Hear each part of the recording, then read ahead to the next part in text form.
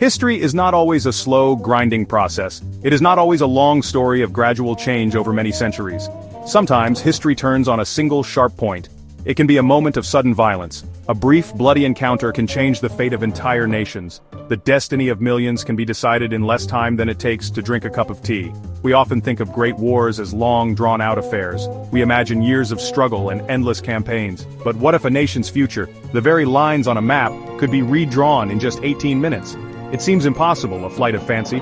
Yet such moments exist, tucked away in the pages of our past, waiting to be rediscovered.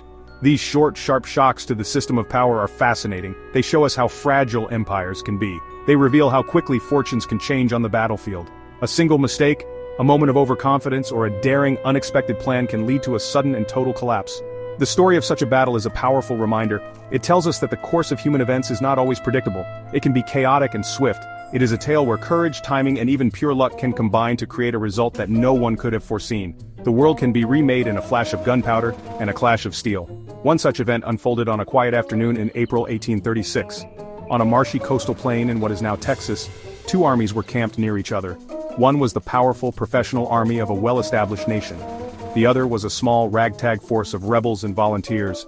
The odds were stacked heavily against the rebels. They were outnumbered and outgunned. Their rebellion seemed destined to be crushed. But history had a surprise in store. The battle that was about to take place would not be a long, glorious struggle. It would be a short, brutal, and incredibly decisive affair that would echo for generations to come.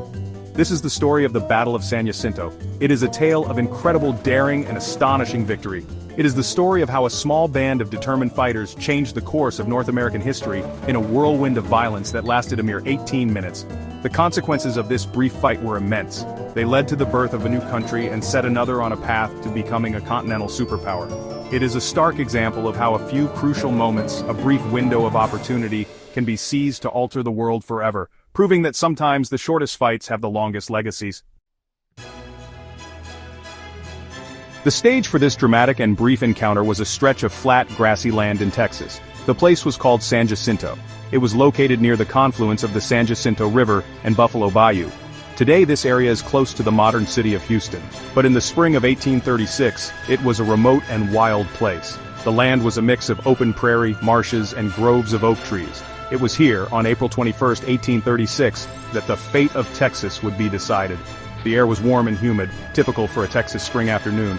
The quiet landscape was about to erupt into a scene of historic violence that would be over almost as soon as it began.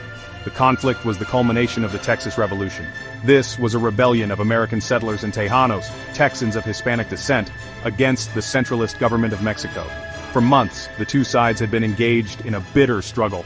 The Mexican army, vast and well-trained, had been pushing eastward across Texas. They were determined to crush the rebellion completely.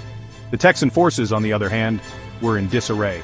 They had suffered a series of devastating defeats. The most famous of these was the fall of the Alamo in San Antonio, where a small garrison of Texans was wiped out to the last man. The rebellion seemed to be on its last legs. Why did they fight? The reasons were complex, a tangled web of politics, culture, and economics. The American settlers who had moved to the Mexican state of Coahuila y Tejas were used to a certain way of life. They believed in self-government and individual rights, including the right to own slaves, which Mexico had officially abolished. When the Mexican government, under a new, more centralized constitution, began to assert more control over the province, tensions boiled over.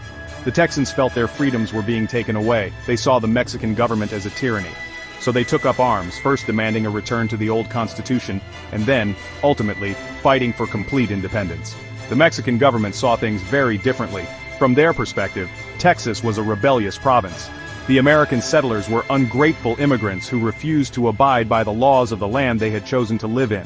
They saw the rebellion as a direct challenge to the authority and integrity of the Mexican nation. The government believed it had every right to put down the insurrection with force. It was a matter of national honor and sovereignty. And so two opposing views of freedom, law, and nationhood were set to collide on the muddy plains of San Jacinto, with the future of a vast territory hanging in the balance. Two very different men led the armies at San Jacinto, Sam Houston for Texas and Santa Anna for Mexico. Houston was a former Tennessee governor and Andrew Jackson's protege. He was cautious, strategic, and willing to retreat to save his army. His long retreat, known as the Runaway Scrape, angered many Texans, but Houston waited for the right moment to strike. Santa Anna, Mexico's president and self-styled Napoleon of the West, was bold, ambitious, and ruthless. He had crushed the Alamo and Goliad and believed the Texan army was finished. Overconfident, Santa Anna split his forces and raced ahead, leaving himself vulnerable, setting the stage for a historic clash. The roots of the Battle of San Jacinto stretch back more than a decade before the first shot was fired. In the 1820s, the newly independent nation of Mexico was eager to populate its vast and largely empty northern territory of Texas. To achieve this, the Mexican government invited American settlers, led by impresarios like Stephen F. Austin, to come and claim land. The offer was generous large tracts of fertile land for a very low price. Thousands of Americans, hungry for opportunity, poured into Texas. They brought with them their own language, their Protestant religion, and their distinct political and cultural traditions, including the institution of slavery. For a time this arrangement worked. The settlers, or Texians as they came to be called, were supposed to become loyal Mexican citizens. They were expected to learn Spanish and convert to Catholicism. However, these rules were often ignored both by the settlers and by the distant Mexican authorities. A unique culture began to develop in Texas, one that was more American than Mexican. The settlers established their own schools, newspapers, and local governments. They felt a growing sense of separation from the political center in Mexico City, which was hundreds of miles away, and seemed to have little understanding of their daily lives and concerns. The situation began to sour in the early 1830s. The Mexican government grew increasingly worried about the growing influence of the Anglo-American population in Texas. They feared the United States might try to annex the territory. In response, Mexico passed the Law of April 6, 1830, which banned further immigration from the United States, placed new taxes on the settlers, and reinforced the ban on slavery. These measures were seen by the Texians as a direct attack on their way of life and their economic prosperity. They felt betrayed by the government that had invited them there in the first place. The seeds of rebellion were sown. The final catalyst for war was the rise of General Santa Anna and his move to centralize power in Mexico. In 1835 he abolished the Federalist Constitution of 1824, which had granted significant autonomy to the states, including Texas. He replaced it with a new centralist government that concentrated all power in his own hands. For the Texians, who cherished the principles of self-government, this was the last straw. They saw Santa Anna as a military dictator who was destroying their rights. In late 1835, clashes between Texian militias and Mexican troops erupted, and the Texas Revolution began in earnest. It was a fight, in their eyes, for freedom against tyranny. On the morning of April 21, 1836, the two armies faced each other across a wide, grassy field. The Texan camp was nestled in a grove of oak trees, with their backs to the Buffalo Bayou. This position gave them some cover and protected their flanks. Sam Houston had around 900 men, a diverse group of farmers, frontiersmen, and adventurers. They were weary from their long retreat, but they were filled with a burning desire for revenge after the massacres at the Alamo and Goliad. They possessed two small cannons, a gift from the citizens of Cincinnati, which they nicknamed the Twin Sisters. Their morale was fragile, but their determination was hard as iron. Across the field, about 1,000 yards away, was the camp of General Santa Anna. His force numbered around 1,200 soldiers. These were professional troops, part of the regular Mexican army. They were well armed with British-made Baker rifles and had a single more powerful cannon. However, they were exhausted. They had been on a forced march for weeks, chasing Houston's army across Texas. Santa Anna had chosen his campsite poorly. His back was to a marshy lake, and his flanks were exposed. He had not ordered his men to build any significant defensive works, such as trenches or breastworks. He felt secure, believing the Texans were too scared to attack his superior force. As the afternoon wore on, a strange calm settled over the Mexican camp. Santa Anna, confident that the Texans would not dare to attack, allowed his men to relax. Many of the soldiers were catching up on much-needed sleep after their grueling march. They stacked their arms, took off their equipment, and settled down for an afternoon siesta, a common practice in the heat of the day. Even Santa Anna himself retired to his tent for a rest. There was a general air of complacency. The sentries were not as alert as they should have been. The Napoleon of the West had made a fatal miscalculation. He had completely underestimated his enemy. Meanwhile, in the Texan camp, the mood was entirely different. Sam Houston had decided that this was the moment he had been waiting for. The Mexican army was tired, divided, and unprepared. He held a council of war with his officers, and the decision was made to attack immediately. At around 3:30 in the afternoon, Houston gave the order to form up for battle. The Texans moved with surprising quietness, using a slight rise in the terrain to screen their advance. They were about to launch a surprise assault on a sleeping army, turning the tables on the confident Mexican general in the most dramatic way imaginable. With the decision made, the Texan army began its silent and methodical advance. General Houston, mounted on a large white horse named Saracen, rode before his men. He gave them a final impassioned speech, reminding them of the friends and family members who had died at the Alamo and Goliad. He told them that the time for retreat was over, now was the time for victory or death. As he finished, a great cry went up from the ranks. It was a cry of vengeance and defiance that would become the rallying call of the revolution. Remember the Alamo, remember Goliad. The words echoed through the oak trees, steeling the nerves of the small army for the desperate charge to come. At approximately 4:30 in the afternoon, the Texan line emerged from the woods and began its advance across the open prairie. They moved with a strange, almost eerie silence. The tall grass of the field helped to muffle the sound of their footsteps. The Mexican camp remained quiet, unaware of the impending doom. The Texan formation was a long, thin line, stretching nearly 1,000 yards. This allowed them to bring the maximum amount of firepower to bear all at once. On their left flank, the Twin Sisters cannons were wheeled into position, ready to open the engagement and add to the shock of the surprise attack. Every man knew what was at stake. The Texan line advanced to within 200 yards of the Mexican camp before they were finally spotted by a startled sentry. But it was far too late. As the alarm was sounded in the Mexican camp, the Texan cannons fired, blasting the enemy breastworks with scrap iron and canister shot. Immediately after the cannon blast, the Texan infantry was ordered to halt, take aim, and fire their first volley. A devastating sheet of flame and lead ripped through the tents and sleeping soldiers of the Mexican army. The surprise was total and overwhelming. The quiet afternoon siesta was shattered by the roar of cannons and the crack of 1,000 muskets. Then came the charge. Before the smoke from their first volley had even cleared, the Texans surged forward. They did not stop to reload their single-shot rifles. Instead, they drew their pistols, bowie knives, and tomahawks. Screaming, "Remember the Alamo," and "Remember Goliad," they crashed into the chaotic Mexican camp. The Mexican soldiers, roused from their sleep, were in a state of complete confusion. Many did not even have time to grab their weapons or form into units. They were met with a ferocious, hand-to-hand assault by an enemy they had believed was beaten and on the run. The battle dissolved into a scene of brutal, individual combat. The Texan assault was a whirlwind of controlled chaos. The surprise and ferocity of the charge completely shattered the cohesion of the Mexican army. Panic spread like wildfire. Soldiers who had been sleeping moments before were now fighting for their lives in a desperate, disorganized struggle. The Texan soldiers, fueled by months of frustration and a thirst for revenge, showed little mercy. They swarmed over the makeshift barricades and poured into the camp, their long knives and clubbed rifles doing terrible work. The Mexican officers tried desperately to rally their men, to form a defensive line, but it was impossible. The attack was too sudden, too violent. The battle was essentially over in less time than it takes to tell the tale. The organized resistance of the Mexican army collapsed within minutes. What followed was not a battle, but a slaughter. Many Mexican soldiers, throwing down their weapons, tried to flee, but their escape was cut off. To their rear was Peggy Lake and the marshes of the San Jacinto River. Trapped between the charging Texans and the water, they had nowhere to go. Hundreds were shot, stabbed, or drowned as they tried to escape the carnage. The discipline of the Texan army, so carefully maintained by Houston, broke down in the frenzy of victory and revenge. Sam Houston himself was in the thick of the fighting. He had his horse shot out from under him and suffered a severe wound to his ankle when it was shattered by a musket ball. Despite the intense pain, he remained on the field, trying to regain control of his men and stop the wholesale slaughter of the surrendering Mexican soldiers.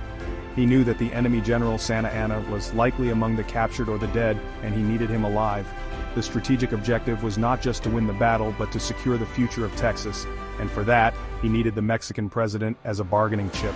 The official report of the battle, written by Houston himself, stated that the fighting lasted a mere 18 minutes.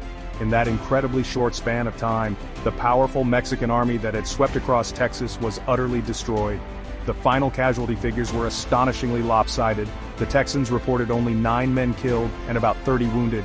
In contrast, the Mexican losses were catastrophic. Over 600 soldiers were killed and more than 700 were taken prisoner. The entire Mexican force was either killed or captured. It was one of the most one-sided and decisive victories in the history of warfare, a testament to the power of surprise and the dangers of arrogance. The immediate aftermath of the battle was as significant as the fight itself. The day after the battle, a search party found a Mexican soldier hiding in the tall grass. He was dressed in a common private's uniform, hoping to escape notice. However, when he was brought back to the Texan camp, the other Mexican prisoners began to salute him and call out, "El Presidente." It was General Santa Anna himself. He had been captured. This capture was the final crucial piece of the Texan victory.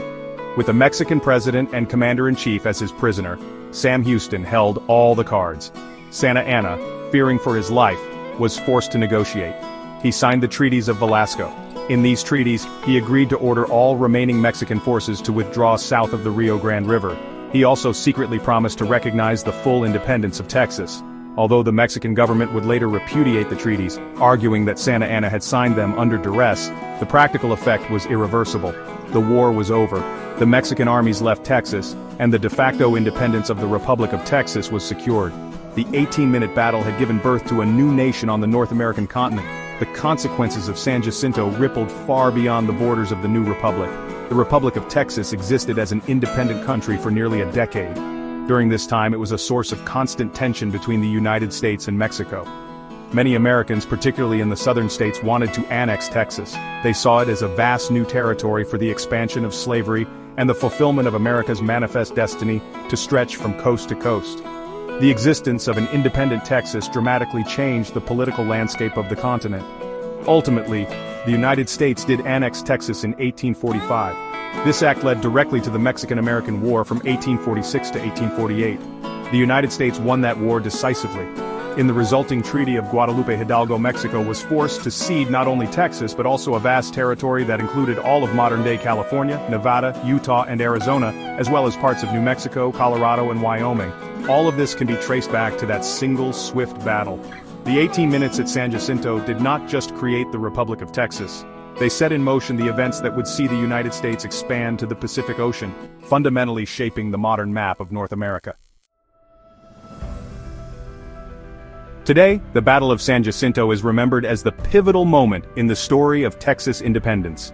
The site of the battle is now a state historic park, dominated by the towering San Jacinto Monument. At over 567 feet, it is the world's tallest masonry column, even taller than the Washington Monument. It stands as a permanent tribute to the men who fought and died there. For Texans, the battle is a foundational event, a source of immense state pride. The rallying cry, "Remember the Alamo," born on that battlefield, remains a powerful symbol of Texan identity, representing courage and a fierce spirit of independence. The battle also offers timeless lessons in military strategy and leadership. It is a classic example of how a smaller, weaker force can defeat a larger, stronger one through superior strategy, timing, and the element of surprise. Sam Houston's patient retreat and his decision to attack at the perfect moment of his enemy's vulnerability stand in stark contrast to Santa Anna's arrogance and tactical carelessness. The story of San Jacinto is studied in military academies around the world as a textbook case of how psychological factors such as morale and overconfidence can be just as important as the number of soldiers or guns on the field. Beyond its regional and military significance, the battle serves as a powerful illustration of how history can pivot on small moments. The entire conflict lasted for a mere 18 minutes, a tiny sliver of time. Yet the consequences of those few minutes were enormous and long-lasting. They led to the creation of one country, the vast expansion of another, and the dispossession of a third. It reminds us that the grand sweep of history is often composed of such brief, intense, and unpredictable events. The world we live in today was shaped by countless such flashes of action, moments when everything changed in an instant. The echo of San Jacinto, therefore, is an echo of consequence. It demonstrates how a single, decisive action can create waves that travel across centuries, altering the destinies of millions. It is a story of how a ragtag army against all odds seized its moment and redrew the map. It is a reminder that arrogance is a leader's greatest enemy, and that no victory is ever certain until the battle is truly over. The 18 minutes of fury on that Texas plain in 1836 are a testament to the fact that sometimes the most profound changes in history arrive not with a slow tide, but with a sudden, shocking, and unstoppable storm.